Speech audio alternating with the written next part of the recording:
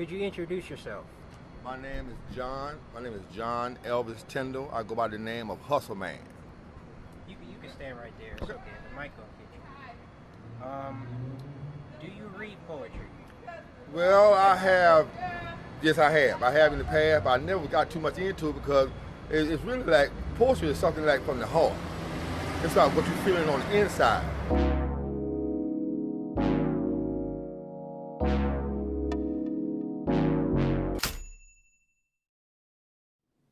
I wanted to know who was still reading poetry.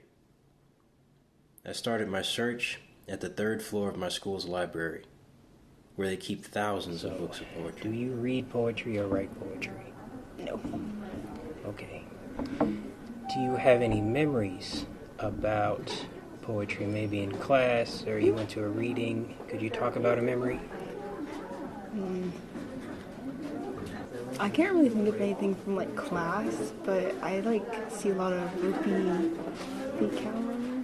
Kaur. She writes like the poetry books. Right, she's like popular on Instagram. Yeah, I know what that is. Do you have some favorite poets off the top of your head?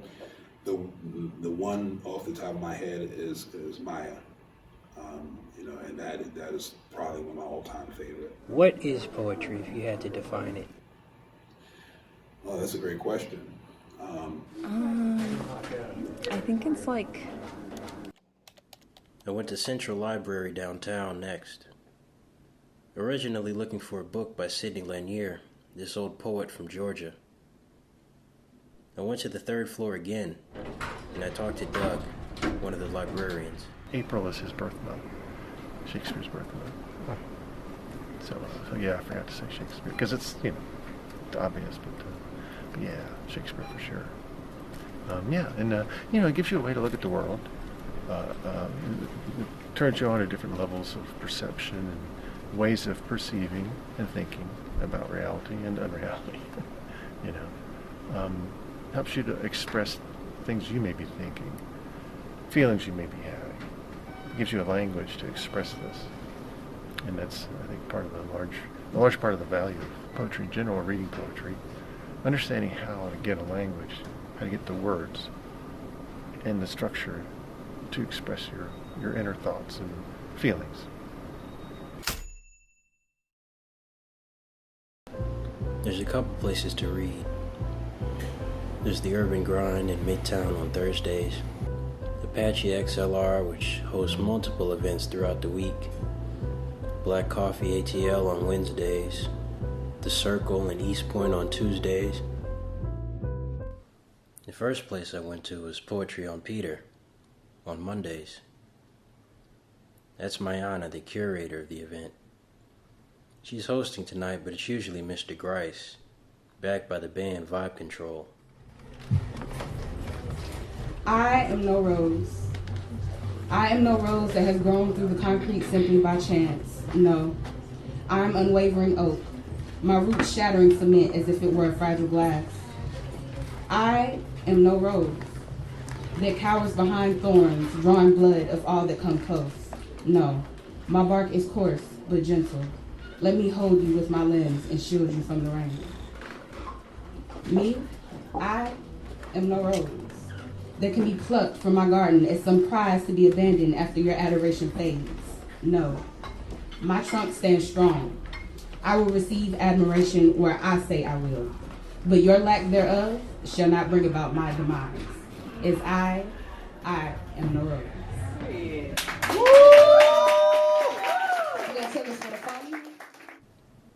The venue has since changed to a small spot on Cherokee Ave. After that night, I became resolved to find some more local poets. And I did. You got cool cats, you got copycats, you got crazy cats.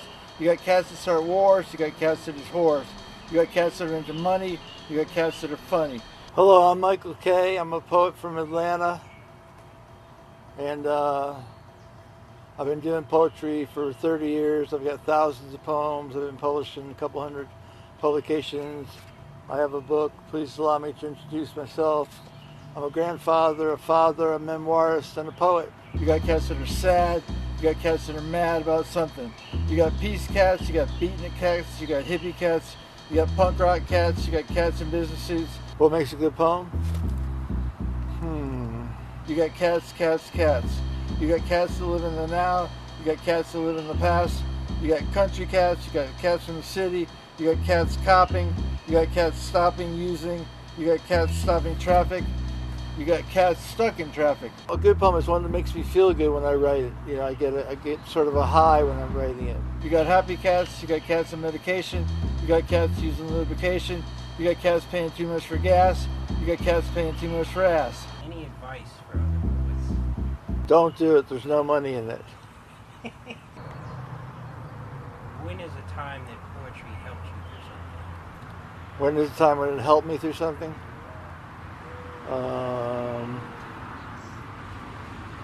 I'm a recovered alcoholic, and 30 years ago I had my last drink, and when I was in recovery, writing poetry was very helpful to me. It was very therapeutic.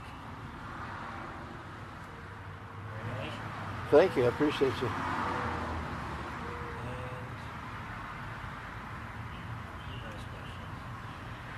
Describe the last thing that you Oh gosh. The last thing I wrote was a poem about, I wrote it in the tag office, and I said, will they read me? Are they reading me in LA? Are they reading me in New York? Are they reading me in Boston? Will they read me here at the tag office? I think not.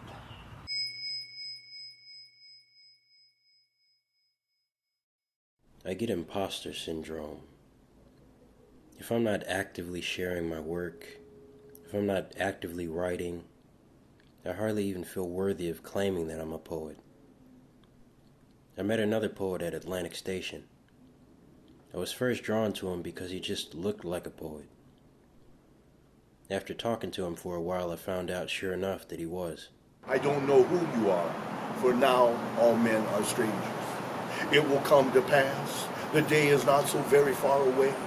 We will be consumed by our own grief, a blistered heart, all that remains. Today's wastelands, graveyards, and ghettos will be tomorrow's holiday vacation plan. And I will be incognito. Add pain minus love, floating in sewage, drowning in dung. Lost track of humanity, death will be a favor. Life a torture chamber, spit up, hiccup, belch. The earth has rejected us for being lousy tenants. It's no longer a laughing matter as the slime, the filth, closes in on us. Ride the night, Aryan raiders, pirates, flesh merchants, gather garbage, leaving skeletons behind to rot, preying on apathy and indecision, feasting on tears and fears and blood, for whore has incorporated, and terror, it is basking in its own pus. A harsh reality with no enchantment. Say a prayer for the small ones. Are these descendants the byproducts of the semen of my father's father's father? For went the education, went the hope, went the future of a once great nation of proud people cracked up in smoke. This is not mythology, but a living nightmare, paradise lost. Utopia is no longer even on the map.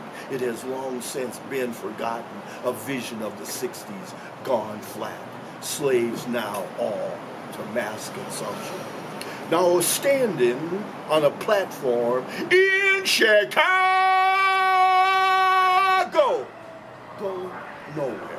I was just playing the game, trying to get in out of the cold, cruel rain, hands in my pockets, holes in my shoes, hadn't eaten nothing. I was so clear through, shivering and shaking, rain, rain, rain, shivering and shaking, rain, rain, rain, rain, rain, rain, shivering and shaking, rain, rain. I mean, I were living the life of a dog.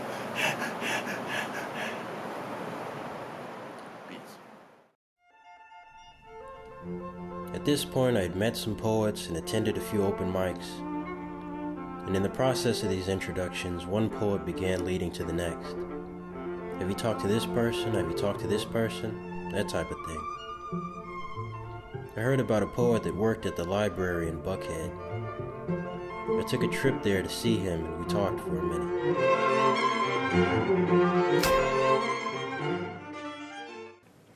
It just activates. The only other thing that might be close is movement, like seeing a body, or like I dance. So like seeing a body you can relate to the body. Language kind of works the same way. Like, you have your words, you know what these words mean, so you can start to make sense of them, as opposed to something more abstract, like a visual piece of art, where you might need education or background to get into it. Words are just words. Sound is just sound. And so you have a reaction to that as it touches your ear, or like as you see it on a page.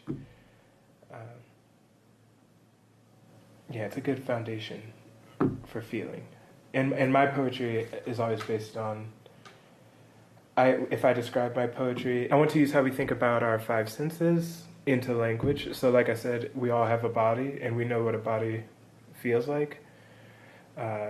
If you can activate the five senses within the body, then you know you at least have done that work for as far as empathy. Like if I say cinnamon, you know what cinnamon smells and tastes like. I know what cinnamon smells and tastes like. So I know I've at least done that. So if I say I feel like cinnamon, you'd have a relationship to that, just like I do, as opposed to if I say I feel sad. Sad might mean something different to me or different to you, but these like tactile things are kind of hard to deny. So things with strong sensation to them, things that evoke strong physical sensation, is a great place where I start with my poetry. Yeah. As a poet, and this might seem like a dumb question, but how do you read a poem, and what if you don't get it? That's not a dumb question at all. It's a great question. I think often the ways that we're educated about poetry in this country is so one-dimensional and really fueled by old understandings of what a literary canon looks like instead of an experience of art, which is what poetry or really any literary arts are. So there's a lot of different ways to approach a poem. I'm someone who's really compelled by theater, live performance. I like to read out loud. This is a sonnet against the police. O love a fawn, O love a field, we grow chickens and radishes and love my love. I say a bosh and mean, why have we a quince tree? I say useless and mean still bears fruit. With sugar comes jam, you bake bread now, love. We sleep and do not dream. The pigs next door, they squeal and peel us from our beds. Over coffee I say violent and mean just reek.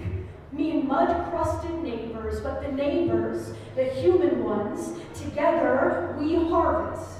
From the root, the dirt, from the dirt, our hands. Our hands will wrinkle. Holy the priestess, blessed wither, blessed neighbor. We change each other's oil. We are each other's yield. Thank you.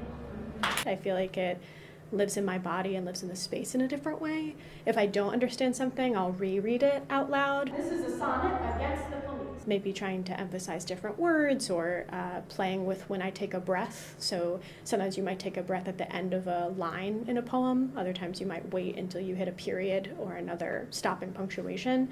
So for me, that's a way of activating it where I feel engaged and interested and like I can really give it a fair chance, even if it's not the type of poem I'd normally connect with.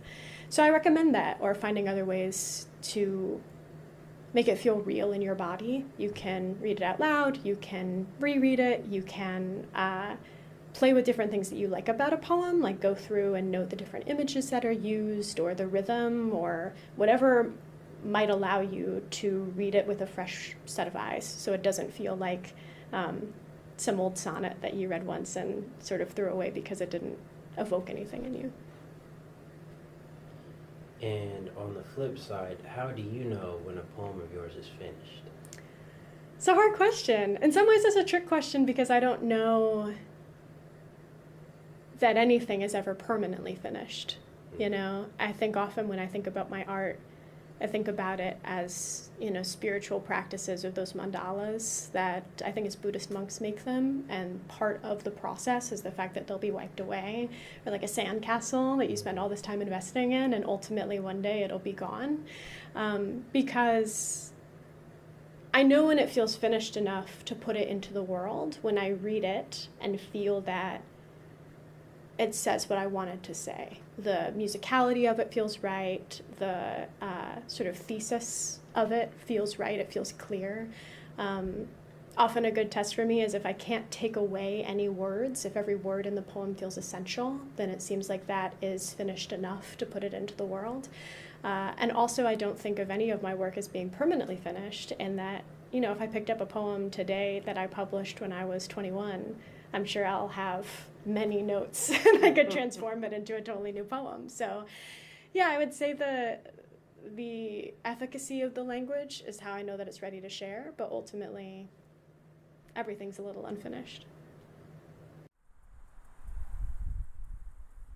I took a day and searched for one of Nicholas' poems out here on the Arabia Mountain Trail. Chelsea Rathburn, the poet laureate of Georgia, started Georgia Poetry in the Parks in 2022, an initiative through which dozens of poems would be posted along various trails around the state. I couldn't find Nicholas' poem that day, and only later realized that the poems were swapped out every season. His season was spring. It was fall.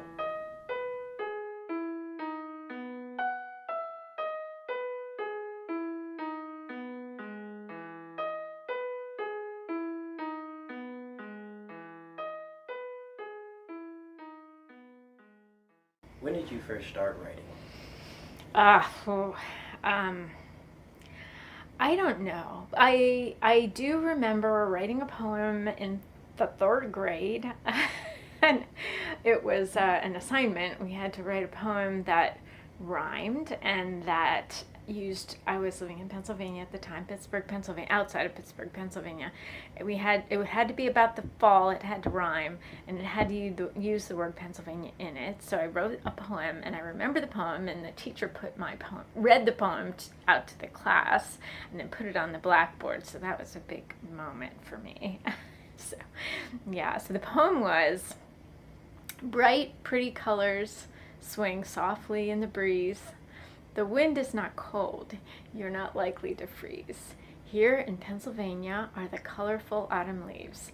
So that was my first remembered attempt at poetry that I have a strong memory of, and it was really positive. So I'm sure that sort of worked its way into my psyche on some level, so maybe that had something to do with me liking poetry later on. But I think I was driven to write. I think many people who write are trying to figure out who they are through language, and it usually has to do with it. Well, anyway, for me, I would write poetry when the world didn't make sense, and I would try and make sense through language. It's a specific kind of language. It's a crafted language, and it's a language that gets at some level of mystery, and that's exciting. I think that was always really interesting and mysterious and compelling, so I kept doing it. Can you describe a time when poetry affected you deeply or helped you through a moment in your life? That's a really good question. There are more recent. I have more recent memories, and then I have more distant memories. I went through a divorce at one point a long time ago, and being a writer, having writing, being able to process that experience through writing was super helpful. More recently, my father passed away. I have a book coming out, little chapbook coming out in probably in a few months, and I wrote essentially odes to my father, And that was, there was something really positive, to go through that devastating loss, but then to have this kind of positive, energetic wish to say something about who he was and who he was to me was really healing. So yeah, but I think both of those stand out as times when poetry was helpful and grounding for me. This is a poem called My Father Drowning. It's a bit dark, but that's okay. My Father Drowning. So I should preface this by saying that my father died of Lewy body dementia, and he more and more struggled to be able to communicate what he wanted to say. It was a little heartbreaking. He was an engineer, very smart man, and very linguistically gifted, I think. Even though that wasn't what drove him. He wanted to be, at one point he wanted to be a sports writer, but he became an engineer. So anyway, the poem doesn't talk about all that, but the dementia does come up, I think, in a certain kind of way. My Father Drowning. He struggles for a word the way some men struggle to catch a fish. The boat too small, the dark sea's tongue lapping and lapping like a dog's at the edge of the fragile vessel.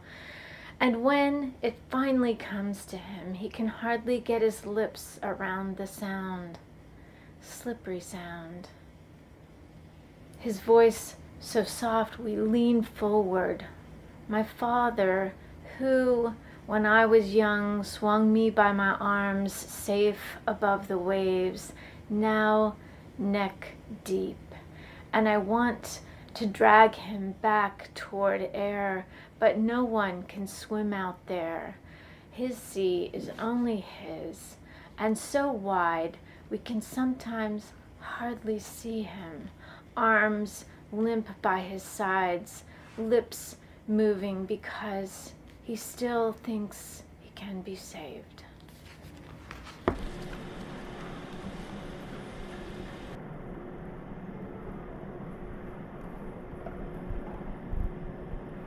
Poetry, I think, for me, poetry at its heart is storytelling, open storytelling. It is a beautiful art form where sometimes horrible things have happened, and you're able to tell it in a way that is approachable, relatable, and beautiful.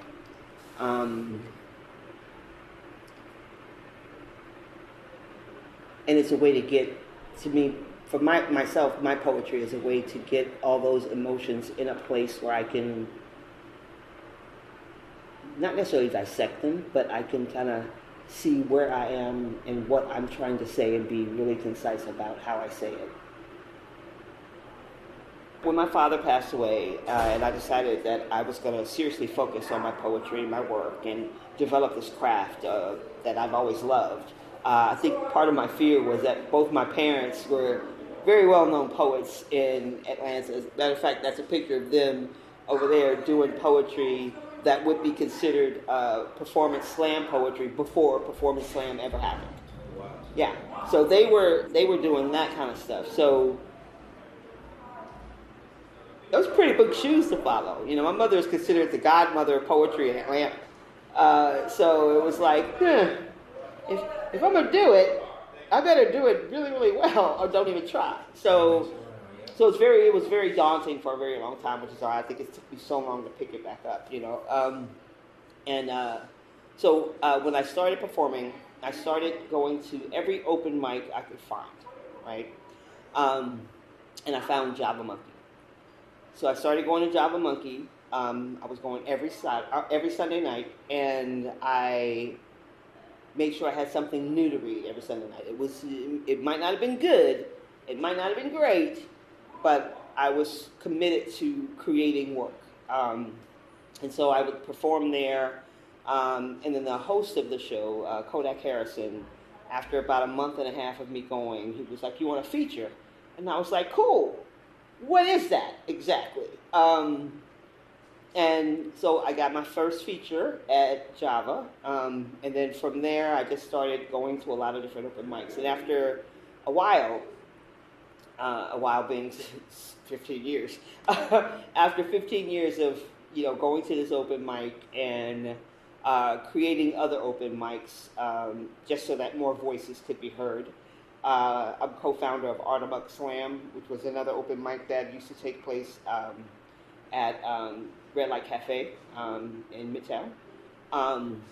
So we had two slam teams coming out of Atlanta, Java Slam and Artemuck Slam, just so we could create spaces for more voices and then represent Atlanta in these whatever endeavors. So after 15, 16 years of going to Java and Kodak decided he wanted to retire, he asked me to take over the open mic. So I took over the open mic, and the open mic has since, the physical building we were in burned down one night, 2 hours after we had a slam.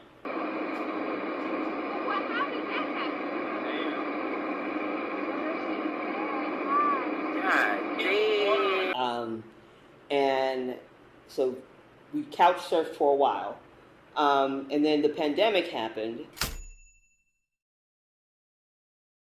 Lately, I've been wondering, what is poetry's role today? Because we're in a pandemic, and twice a week there's a shooting somewhere, and they've just reversed Roe versus Wade. And what can you do with a poem? What is a poem's job? Can you expect so much from a poem? Right before the pandemic, I had the opportunity to go to St. Petersburg, Russia. I'm glad I checked that box because it's not gonna, a bunch of Americans aren't gonna be going to Russia anytime soon, right? And one of the places that, it was the single place I knew I wanted to visit. I mean, there's the Hermitage, there's all this like amazing stuff in St. Petersburg. And I mean, I was thrilled to be able to see those things, but I knew I had to go to poet Anna Akhmatova's home. And she wrote during the terrors. Her son and her husband were in the gulags. She would go and stand in line with the rest of the women trying to get information, hoping to pass a piece of bread to their loved ones. She would go and stand in those lines every day. And she has this amazing long work called Requiem. And there's an epigraph at the beginning of it where she's talking to, there's this woman who, she says, there's a woman who recognizes me in the line. And she says to me, can you write about this? Can you tell this, right? Can you tell this story? And Akhmatova says, yes. And the line, which just is the one that just gets you, is Akhmatova describes this woman. She says, and then something like a smile came across what had once been her face. And it's this notion of telling what other people can't, right? Like we have a responsibility as artists to tell the stories. And so I do think it's important. And I do think that we have to give voice where there isn't voice.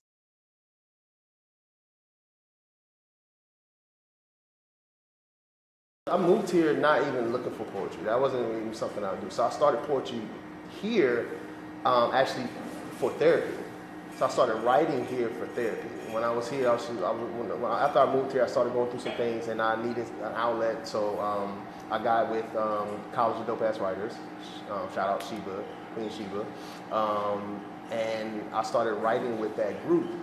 And then that was right before the pandemic, and then 2020 when things started kind of picking up in Atlanta, not everywhere else, but just Atlanta, I started performing. And so it was therapeutic to write off the rip, but when I started to perform, that is really what kind of propelled me into like really being able to feel the relief or the release from my poetry. So as far as the Atlanta poetry scene, it's a bit intimidating, to be honest. because there's a lot of really, really, really talented people out here, like extremely talented people. And so if you don't have it together, you kind of get shuffled, lost in the shuffle, if that makes sense. How do you write a poem or a spoken word piece? So pretty much, so there's two different categories for me. There's things that I write that I never recite, this is just something I'm writing now. It's creatively written, but I probably would never speak it as a spoken word piece. Because I was taught that spoken word is something to be heard and poetry is to be read. If that makes sense. So there's some things, the poetry that I write that are just to be read. So to be honest, everything that I write is rooted in a feeling. I may be feeling sad, and so I want to write about that. I may be feeling happy. I want to write about that. Or I may be feeling arrogant, like one of my pieces is called Arrogant. Can we go church right quick? Yeah. Right. They call me arrogant because I talk big shit. And my energy is big dick. It ain't gotta be 9 inches long or 3 inches thick. But it is.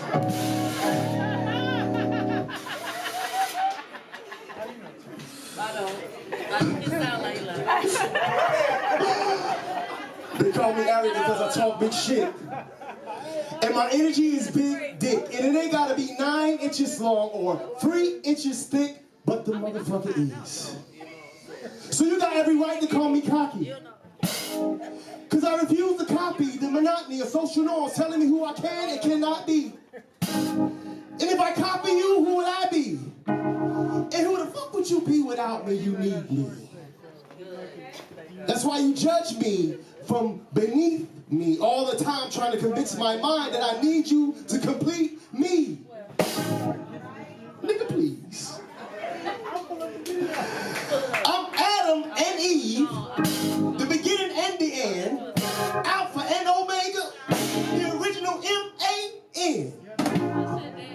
And I am the backbone of civilization, the pinnacle of God's creation. I'm the indigenous, aboriginal, I'm Cuban and Haitian. I'm Dominican, Puerto Rican, Mexican, and Jamaican. I'm Persian, Arab, Jewish, and Asian. I'm Geechee, Creole, American, nigga, I am a nation.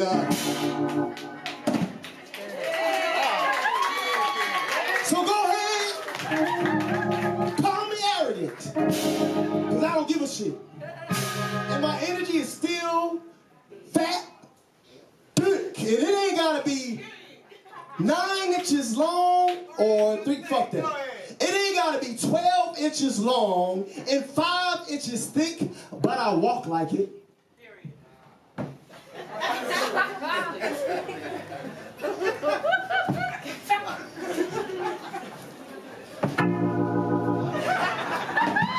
But I walk like it. So go ahead, call me arrogant, because I don't give a shit, and my energy is still long, fat ass dick, and I ain't gotta be 9, 12 inches long and 5 inches thick, but I walk like it. And that's why you're intimidated. Because I'm melanated and I rise to every occasion. And no matter how much I'm hated and bullshit obstacles that I plated, I sat at the table that you prepared and I ate it. And I made it. Fuel for my greatness. I know who the fuck I am, and that's why you hate this. That's why you paint this picture of perfection that leads me off the playlist of your bland ass raisin in the potato salad reality. There be no you without me. You knew I was a king, that's why you try to beat it out of me. Or teach it out of me. Or teach me how to be a menace to society, all while trying to support your false sense of superiority. Talk about it. Don't you know I'm royalty? Don't you know I'm royalty? Tell your neighbor. Don't you know I'm royalty? Tell your neighbor, yeah, right. Yeah. Y'all been in church. How about a few people? You know all that. Don't you know I'm royalty? It's in my blood. My heart pumps authority. You can take my crown, but that's just jewelry, because even in change, in shit you can do with me. So call me arrogant, and I don't give a shit. My energy is still gonna be big ass, long ass, fat ass, pulsating ass, vein on the side ass, hook to the right ass, throbbing ass dick. And it ain't gotta be 9 inches long or 3 inches thick. But by now, you think it is. That's my shit. Follow me! That's my shit, that's my shit. That's it, that's all, I'm done. So I may be feeling arrogant today, or at least confident, you know, and I want to write about that, you know. What is poetry? That's a good question. And a lot of people ask me a similar question: what's the difference between songwriting and poetry? There's a lot of overlap there in terms of songwriting and poetry. Modern poetry does not have a lot of rhyme and repetition where songs do. But there's a lot of overlap there. Some songs can be very poetic. Bob Dylan just got the Nobel Prize for Literature, and he's basically a songwriter. And what is poetry? It's a condensed version of writing that demands a lot from the reader. It opens the imagination, it inspires the imagination. I think it's like short literature. I like to say that it's written beautifully, or like written artistically, like not in a song type of way, but like very descriptive. Like you can describe like a situation without explicitly outlining the situation. Poetry to me is an expression of creativity, of thought, presence. Poetry is we say spoken word a lot of times, but I think poetry is more than spoken word. Words. I think poetry is a display of expression, communication, and sometimes direction.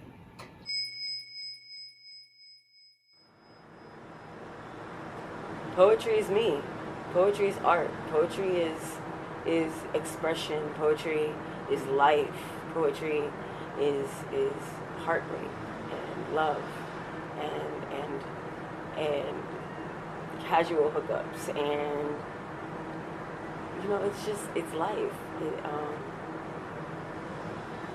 There's so many things. There's so many different styles. There's so many different experiences that are expressed through poetry. I wouldn't even say that it can be embodied in a word. It's more so embodied in an idea, sort of like theology. Poetry is this greater thing that people can come together under, express themselves, be themselves, and also be part of a community of individuals, but also a community that is one. My name is Max. I'm a writer, I'm a filmmaker, and I haven't been up here in a minute. I haven't been up here a couple months. It is new shit. New shit! But I've been writing lately. I've been writing so much lately, I haven't even been writing poems. I've been writing everything, wills, prescriptions. This poem is called Prescription. 100 milligrams of nighttime driving on Highway 285 with the windows down. Crushed into a tablet and taken with water before bed.